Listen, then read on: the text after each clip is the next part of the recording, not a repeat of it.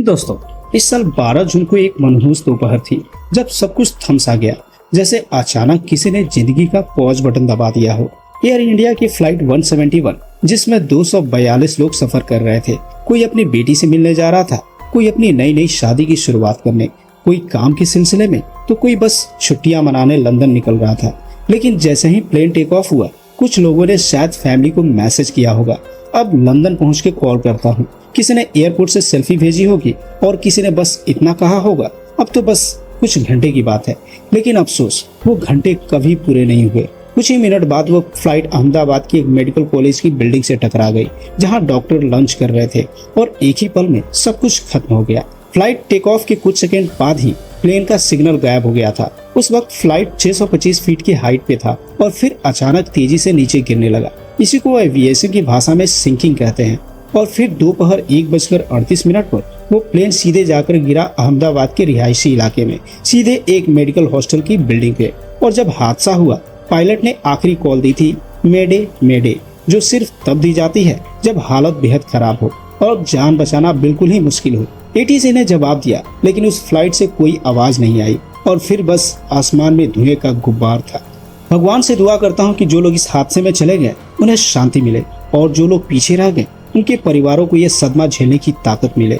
सच बात तो यह है कि दुनिया की सबसे सुरक्षित माने जाने वाली हवाई यात्रा भी कभी कभी किस्मत के सामने हार मान जाती है। और इसी मुद्दे पे बनी एक ऐसी मूवी लेकर आया हूँ जिसमें दिखाया गया है कि जब पायलट प्लेन उड़ाता है तो उसके दिमाग में कितनी सारी चीजें चल रही होती है, कितने प्रेशर और कितने नियमों का पालन करना पड़ता है उसे।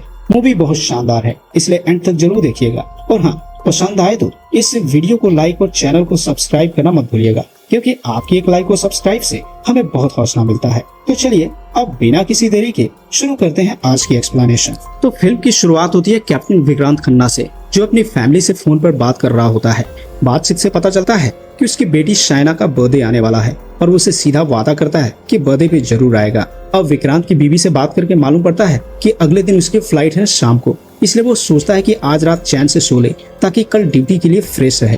लेकिन तभी उसके किसी दोस्त का फोन आता है, यानी पार्टी का इनविटेशन। अब थोड़ी मस्ती करने के लिए वो मना नहीं कर पाता और क्लब चला जाता है। वहीं उसकी मुलाकात होती है एक अंजलि नाम की एक लड़की से। दोनों बातें करते हैं और ड्रिंक्स लेते हैं, और देखते देखते पूरी रात निकल जाती है। सुबह किसी तरह विक्रांत होटल पहुंचता है और बस बेड पे गिरते ही उसे नींद आ जाती है। लेकिन शराब ज्यादा हो गई थी तो सर भारी हो रहा था और नींद भी अधूरी रह जाती है। शाम होते ही अलार्म बजता है और थका हुआ सा विक्रांत उठकर फ्लाइट के लिए निकल पड़ता है। एयरपोर्ट पे जब एयर होस्टेस उसकी आंखें देखती है तो पूछती है कि रात भर सोए नहीं क्या, तो जवाब देने की जगह वो चुपचाप काला चश्मा पहन लेता है। फिर उसकी मुलाकात होती है को पायलट तानिया से। ये इन दोनों पहली ड्यूटी साथ में करने वाले थे। थोड़ी ही देर में ऑफिसर उन्हें फ्लाइट प्लान का वेदर डिटेल्स पेपर देता है। विक्रांत बस पेपर पे नजर डालता है और टेबल पे रख देता है। ऑफिसर को लगता है कि ये कैप्टन कितना लापरवाह है, लेकिन जब वो विक्रांत से डिटेल पूछता है तो वो बिना पेपर देखे सब कुछ एकदम सही सही बोल देता है। यही समझ आता है कि विक्रांत की मेमोरी बहुत तेज है। एक बार जो देख लिया वो उसके दिमाग में छप जाता है। अब सीन कट होता है और हम फ्लाइट के अंदर पहुंचते हैं। पैसेंजर लोग अपने अपने काम में लगे होते हैं। कोई गेम खेल रहा है, कोई वीडियो कॉल पे बात, तो कोई बंदा ब्लॉग शूट कर रहा है। थोड़ी देर में विक्रांत अनाउंस करता है कि यह फ्लाइट दुबई से कोची तक 2790 किलोमीटर की यात्रा तय करेगी और उसे पूरा करने में 3 घंटे 50 मिनट लगेंगे। मौसम की जानकारी भी देता है कि कोची में 29 डिग्री टेम्परेचर है और बारिश की भी संभावना है। फ्लाइट टेक ऑफ कर जाती है, लेकिन क्योंकि विक्रांत की नींद पूरी नहीं हुई थी तो वो टेक ऑफ के बाद थोड़ी देर के लिए सो जाता है। कुछ देर के बाद वो उठता है और सीधे किचन की गैलरी में जाता है और वहाँ से शराब की एक बोतल उठा लेता है। सीन फिर कट होता है और अगला सीन वही विक्रांत अब कॉकपिट में वापस अपनी सीट पे बैठा है, शांत और लेकिन कहीं न कहीं थका हुआ। तो कुछ घंटों की फ्लाइट के बाद प्लेन इंडिया की हवाई सीमा में दाखिल हो चुका था। सब कुछ ठीक चल रहा था, लेकिन तभी अचानक मौसम ने करवट ले ली। कोची की तरफ बढ़ते ही विक्रांत और तानिया को साफ दिखने लगा कि बाहर का मौसम काफी बिगड़ चुका है। वो फौरन कंट्रोल रूम से संपर्क करते हैं और जवाब मिलता है कि कोची में लैंडिंग पॉसिबल नहीं है, क्योंकि विजिबिलिटी बहुत कम है। अब एक और नई टेंशन, फ्यूल तेजी से कम हो रहा था। तानिया थोड़ी घबरा जाती है और कहती है हमें तुरंत बेंगलोर की तरफ डाइवर्ट कर लेना चाहिए। लेकिन विक्रांत कंट्रोल रूम से मिली जानकारी पे भरोसा करता है और त्रिवेंद्रम एयरपोर्ट की तरफ बढ़ने का फैसला करता है। तानिया समझाने की कोशिश करती है अगर कोची का मौसम खराब है तो क्या पता त्रिवेंद्रम में भी हालत ऐसी ही हो। लेकिन कंट्रोल रूम से कंफर्म किया जाता है कि त्रिवेंद्रम में अभी मौसम साफ है। अब फ्लाइट आगे बढ़ती है, लेकिन अंदर बैठे पैसेंजर परेशान होने लगते हैं। फ्लाइट काफी देर हवा में थी और लैंडिंग का कोई नामो निशान नहीं था। अब विक्रांत खुद अपनी सीट से उठकर पैसेंजर के पास आता है और शांति से उन्हें समझाता है कि मैं जानता हूँ कि आप सब अपने घर पहुँचना चाहते हैं, लेकिन मौसम हमारे हाथ में नहीं। मैं वादा करता हूँ कि आप सही सलामत अब अपने घर पहुँचेंगे। कुछ देर बाद प्लेन जैसे ही त्रिवेंद्रम के करीब आता है, कंट्रोल रूम से बुरी खबर आती है। अब त्रिवेंद्रम का भी मौसम खराब हो गया है, विजिबिलिटी एकदम जीरो के पास है। कंट्रोल रूम से विक्रांत कहता है, अब देर मत करो, तुरंत बेंगलोर की तरफ मोड़ लो फ्लाइट। लेकिन तब तक बहुत देर हो चुकी थी। फ्यूल इतना कम बचा था कि फ्लाइट को ज्यादा देर तक हवा में रखना नामुमकिन था। विक्रांत अब तय करता है, जो भी हो हमें यहीं लैंड करना होगा त्रिवेंद्रम में। तान्या बुरी तरह से घबरा जाती है, लेकिन विक्रांत उसे हिम्मत देता है। वो रनवे 16 में पहली बार लैंडिंग की कोशिश करता है, लेकिन जमीन से टकराकर फिर वो हवा में उड़ जाती है। पूरा प्लेन एक झटके में दहल जाता है। लोग चीखने और चिल्लाने लगते हैं और खुद विक्रांत भी एक पल के लिए बेहोश हो जाता है। लेकिन तान्या उसे आवाज देती है और उसकी आंख खुल जाती है। अब उसके पास सिर्फ एक आखिरी मौका बचा था। फ्यूल अब बिल्कुल खत्म होने को था। कंट्रोल रूम फिर से बताता है कि रनवे 16 अभी भी क्लियर है, लेकिन विक्रांत अचानक फैसला कर लेता है कि वो रनवे 34 पे लैंडिंग करेगा। ये सुनते ही कंट्रोल रूम वाले चौंक जाते हैं, क्योंकि रनवे 34 पे लैंड करना यानी पीछे से तेज हवा का दबाव और जरा सी भी गलती मतलब सीधा हादसा। लेकिन अब कोई चारा नहीं बचा था। जो होने वाला था वो बस किस्मत और हिम्मत का खेल था। और आखिरकार तमाम तूफान, डर और खतरे के बाद भी कैप्टन विक्रांत ने वो कर दिखाया जो किसी ने कभी नहीं सोचा था। उसने रनवे 34 पे फ्लाइट को बड़ी मुश्किल से लैंड करा दिया, और वो भी तब जब 1 सेकंड की भी देरी फ्लाइट को खाई में गिरा सकती थी। जैसे ही प्लेन जमीन को छूता और रुकता है, पैसेंजर्स की सांसें अब तक जो अटकी हुई थी एक लंबी राहत में बाहर निकलती है। कंट्रोल रूम से लेकर प्लेन के हर कोने तक तालियों की गूंज सुनाई देती है कैप्टन के लिए। लेकिन ये कहानी यहीं खत्म नहीं होती, क्योंकि अगले ही सीन में सब कुछ बदल जाता है। विक्रांत अब एक जांच का हिस्सा बन चुका था। एयरक्राफ्ट इन्वेस्टिगेशन ऑफ ब्यूरो इसे सवालों के घेरे में ले लेता है, क्योंकि उनके मुताबिक एक बहादुरी नहीं बल्कि लापरवाही का मामला था। और फिर एक और झटका। विक्रांत को पता चलता है कि फ्लाइट लैंडिंग के कुछ देर बाद एक बुजुर्ग महिला को हार्ट अटैक आया और वो इस दुनिया से चली गई। ये सुनकर विक्रांत पूरी तरह से टूट जाता है।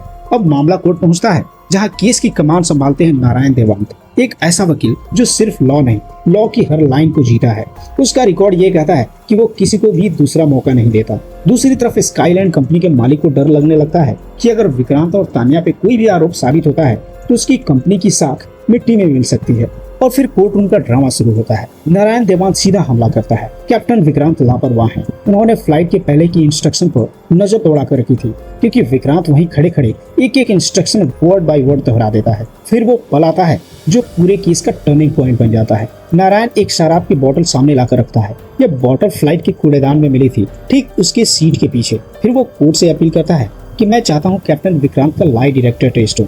लाई डिटेक्टर टेस्ट शुरू होता है। सवाल पूछे जाते हैं, लेकिन विक्रांत के जवाब का हर बार सच इंडिकेटर पे टिकते हैं। और फिर वो आखिरी सवाल, क्या आपने उस दिन शराब पी थी? विक्रांत बड़ी ठंडक से जवाब देता है, नहीं, उस दिन मैंने एक बूंद भी शराब नहीं पी थी। और मशीन भी यही कहती है, क्योंकि वो झूठ नहीं बोल रहा था। पहले दिन की सुनवाई यहीं खत्म होती है, लेकिन अगले दिन कोर्ट में एक नई एंट्री होती है। अंजलि माथुर, वो लड़की जिससे विक्रांत उस रात क्लब में मिला था। कोर्ट में जैसे ही वो लड़की दाखिल होती है, पूरा माहौल एकदम सन्नाटे में बदल जाता है, क्योंकि ये वही लड़की थी जिससे कैप्टन विक्रांत उस रात क्लब में मिला था और जिसके साथ उसने ठीक फ्लाइट से एक दिन पहले शराब पी थी।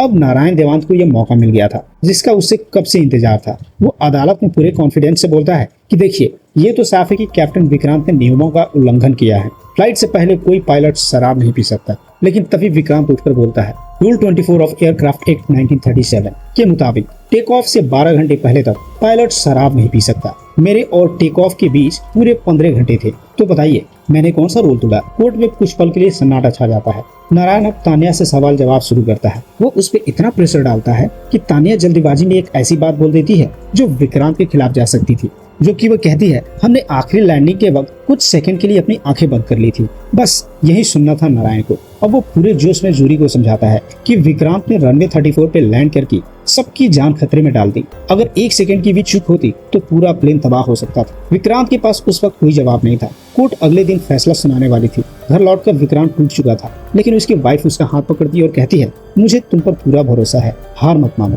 और फिर उसे लेकर के घर पहुंचती है। वो घर जहां उस औरत की बेटी रहती थी, जो लैंडिंग के बाद हार्ट अटैक से चल बसी थी। विक्रांत झुककर उनसे माफी मांगता है और कहता है, मैं जानबूझकर कुछ नहीं करना चाहता था, लेकिन मैं इंसान हूँ और इंसान गलतियां करता है। फिर आता है वो दिन जब कोर्ट में आखिरी बार विक्रांत को बोलने का मौका मिलता है, लेकिन इस बार वो डरा हुआ पायलट नहीं बल्कि एक सच्चा कैप्टन था। वो जूरी की तरफ देखता है और कहता है, रनवे 34 को चुनना कोई तुक्का नहीं था, वो मेरा एक्सपीरियंस था, मेरी ट्रेनिंग थी मैंने उस रनवे पर पहले कई बार लैंडिंग की है, न अपनी आंखों से बल्कि अपने दिमाग से देखा था उस रात की सिचुएशन को। हर बार जब कोई हादसा होता है तो पायलट को ही दोषी माना जाता है, चाहे मौसम खराब हो या कंट्रोल रूम की गलती।